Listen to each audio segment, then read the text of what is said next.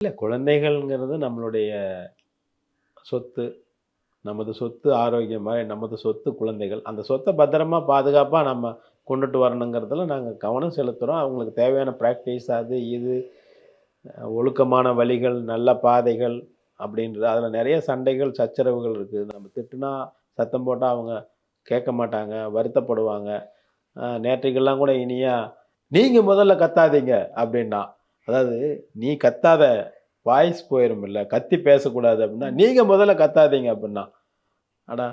நமக்கு இப்படி நீங்க கத்துனா அப்புறம் நானும் தானே கத்துவேன். நாங்க ஒரு பெற்றவர்கள் கொஞ்சம் கத்தி குரல் கொடுத்து, குரலால் அடக்க முடியுமா? அப்படின்னு நாங்க குழந்தைகள பார்க்குறோம். என்ன பண்ண முடியும்? இனிமே அடிச்சா அடக்க முடியும். நாங்க அந்த மாரி அடிச்சது, அளக்கிறதுக்காக இது பண்றது இல்ல. குழந்தைகள் ரொம்ப நல்லா தான் வளர்ந்துருக்கிறாங்க. பிரியங்கா, இனியா 2 பேருமே அழகா வளர்ந்துருக்கிறாங்க.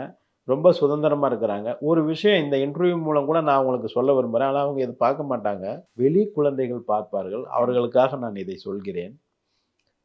நீங்க டீச்சர்ஸ்க்கு அவ்வளவு மரியாதை குடுக்குறீங்க. பவ்யமா இருக்கிறீங்க. ஒரு குருங்கிறதுனால. அந்த டீச்சர்ஸ் 1ஆம் கிளாஸ் டீச்சர் 2ஆம் கிளாஸ்ல கிடையாது. 10 கிளாஸ்க்கு அப்புறம் எந்த டீச்சரும் உங்களுக்கு கிடையாது. ஆனா உங்கள பிறந்ததிலிருந்து கடைசி வரைக்கும் உங்களுக்கு கூடவே இருந்து எல்லாவற்றையும் சொல்லிக் குடுக்குற அப்பா, அம்மா முதல் டீச்சர், முதல் குரு. ஒரு குரு கிட்ட, ஒரு டீச்சர் கிட்ட எவ்வளோ ரெஸ்பெக்ட் குடுக்குறீங்களோ, அத நீங்க பெத்தவங்களுக்கு குடுக்கணும். அதுதான் பெத்தவங்க உங்ககிட்ட எதிர்பார்க்கிறது. அது கிடைக்காத போது தான் அந்த டீச்சர், அந்த குருமார்கள் உடைஞ்சு போயிருவாங்க. நம்ம சொல்லிக் குடுக்கிறத அவங்க கேட்கலையே, அவங்க லைஃப் என்ன ஆகுமோன்னு பயப்படுவாங்க.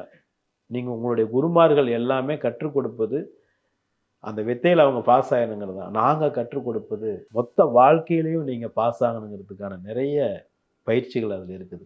பெற்றோர்கள பெத்தவங்க தானே, நம்மள சின்ன வயசுலருந்து வளர்த்தவங்க தானே, நம்ம வீட்ல இருக்கிறவங்க தானே அப்படின்னு நினைக்காம, ஒவ்வொரு செகண்டும் ஒரு குருவா சொல்லிக் கொடுக்கிற வாத்தியார்களா நினைச்சீங்கன்னா, குழந்தைகளே, பெற்றோர்களுக்கு மிகுந்த மகிழ்ச்சி கிடைக்கும். நீங்க சம்பாதிக்காம இருக்கலாம், பணம் கொடுக்காம இருக்கலாம். அத பத்தி அவங்க கவலைப்பட மாட்டாங்க.